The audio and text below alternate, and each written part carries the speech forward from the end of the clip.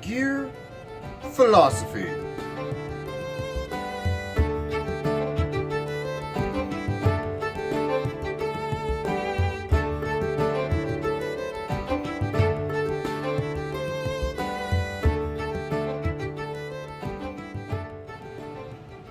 Hello everyone, and welcome to Backpacking with Buckley.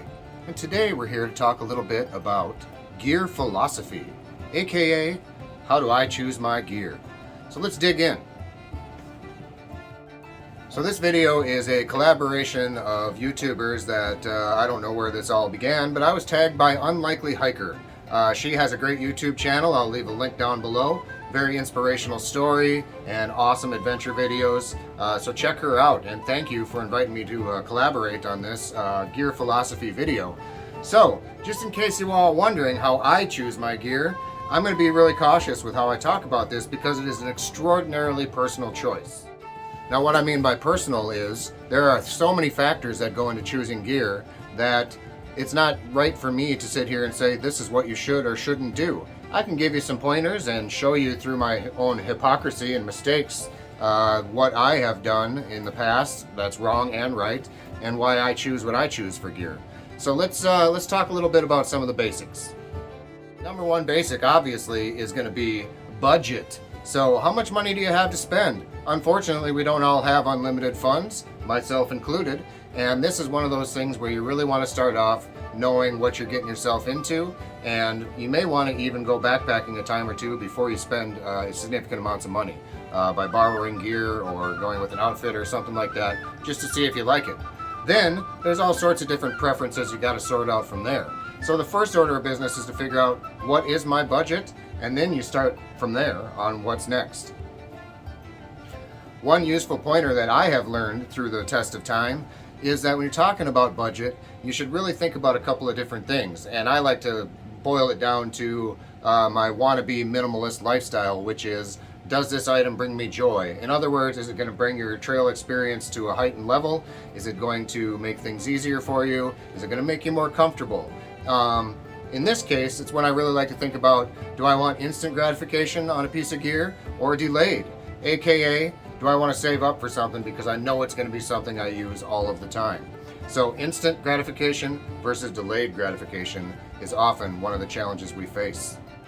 Alright, so next is probably good to talk about what do you really need to enjoy your backpacking experience? In other words, what's it going to take for me to have fun out there? And probably thinking along the lines of with using the minimal amount of gear possible. Because obviously one of our goals is to carry as little on our back as possible, because hiking's a lot more fun when it's lightweight. So, what do you really need? Let's start with the big three: shelter, backpack, sleep system. What are you going to use? First of all, I like to say leave the backpack for your final choice. So let's start with insulation and sleep system, or shelter, excuse me. So, what are your choices for shelters? To simplify things, there's two choices for shelters that we're probably aware of that are traditional: tent or hammock. Lots of variations within those two worlds, obviously, but a tent or a hammock are kind of your two big choices on what is going to be your most often chosen shelter. And for me, I'm a hammock guy. So, considering I go places where I need a tent, I say that I use my hammock 75% of the time and a tent 25% of the time. So I invested heavily in a really nice hammock system from Superior Gear Hammocks. And when it came to my tents, I just have some entry-level tents that are really known to have high quality at the budget level. One of them is my Trail Lark one-person tent that I just received to review and we'll be testing soon.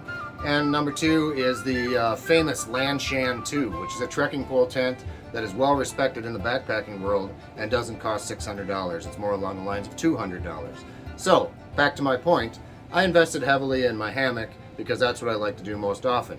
That choice is hard for you to make if you've never backpacked before. You want to try both before you spend a lot of money.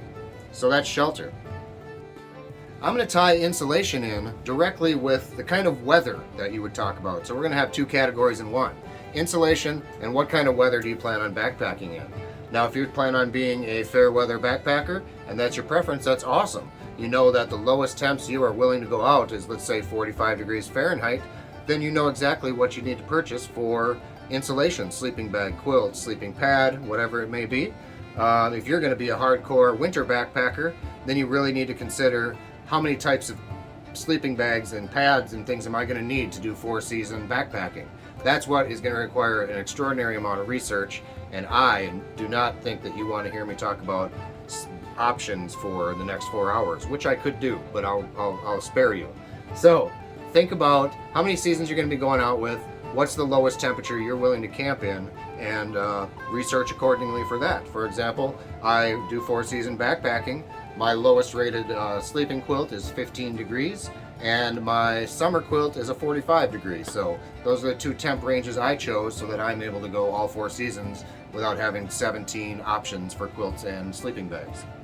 So that's that. Now when it comes to choosing number 3, which is the last thing of the big 3 I would recommend choosing, the backpack, simply find out the volume of the first 2 items we talked about, or the sleeping pad, or the accumulation of all of the things that you're going to have in your shelter and sleep system, and figure out how that fits in a pack. So for example, borrow somebody's pack and see how it fits in theirs, or go to a local outfitter or REI and bring your gear with and see if they'll let you fit it in a pack before you decide a size. Personally, I have 2 different packs that I've been carrying this year. One is the Waymark 28 liter Waymark Mile, one of my favorite packs ever. And the other is my Hilltop Pack Raven 40, which I had upgraded to a 45 liter size. So I have a 28 liter for overnights and warm summer night type trips, weekend trips, and then I have the Raven 45 for my longer trips that can hold more gear, obviously. So that's an important thing to consider, is you don't want to go too small or obnoxiously large with your backpack. Alright, so we've covered the big 3, which is essentially your most important things. You're also going to need a cook system, all sorts of other different things that you've probably done your research on before watching this video anyway. So there's a lot of odds and ends that go along with the big 3. And then there's all sorts of things that I would refer to as gimmicks or gadgets or comfort items that we may or may not choose to carry as extra weight. And I thought, just for perspective's sake, I would show you a few of the things that I bought and tell you whether or not they were things that are things that I currently carry or not. Let's start with my favorite one, which is I paid probably $60 for 2 of these things of bear spray. Not knowing a lot about bears, I typically hike only in black bear country, and I have chosen a far lighter weight option, which is, I don't have it with me, just a small little air horn for boats that'll scare off most black bears. This I would carry in grizzly bear country, but I usually opt to not use it, so I could have saved $60 by doing more research on bear spray. Item number 1. Item number 2 on the table today. I used to have a couple of Eno hammocks, and this would work with any hammock system, but this is called the Eno Fuse, and it's designed to allow you to sleep next to your kids or your significant other by having 2 poles on either end of the hammocks.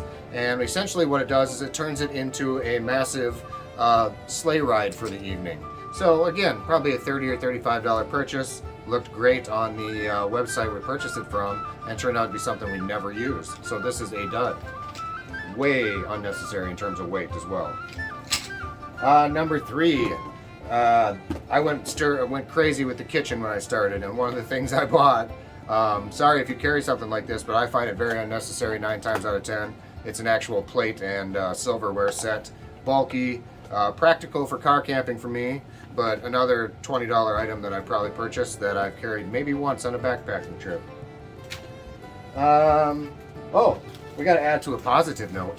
I hike in a lot of mosquito territory, so this was one item that I would say is worth its weight. It's about 4 ounces, and I've shown it on a review before, but it is simply just the Thermacell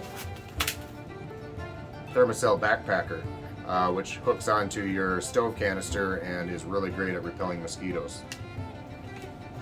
So that's a non-dud, worth it for a luxury. Ooh, we got another plus category.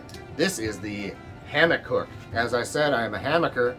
This hangs from your ridge line, and you can hook your phone into it, and you can probably visualize that I can lay there on my back and watch movies from my hammock ridge line. So this is a pro. I love this one. And my final object that I'm super excited to share with you, that you don't need to probably buy, is a machete. So I've carried this on one backpacking trip, and although it was fun, there's no need to carry a machete on trail unless you're super paranoid of axe murderers or think you're going to fend yourself off from a buffalo or a grizzly bear with nothing other than a machete. But something I purchased thinking that I might need it from time to time, and I don't carry this on any backpacking trips ever. So I think my point there was to just provoke thought and have all of you folks think. Nobody's method is correct. Everybody does things differently. You just need to think at every item that you purchase, do I need this? Is it going to bring my trip extra joy? Is it going to bring me extra comfort? Is it going to bring me extra pain because I'm carrying a machete on my backpack? So, without further ado, I don't have a lot else to say about gear philosophy other than it's a subjective subject, and you should really think and do your research and figure out your budget and think about all of the factors. In other words, be considerate of the future. Think about, is this going to work for me in the long term? So that's all I have to say to you. Thanks as always for joining us at Backpacking with Buckley. I hope you learned a thing or two from my ramblings today. And if not, thanks for sticking around anyway. Have a good day, everyone. Be yourself. Be happy. We'll catch you on the next adventure.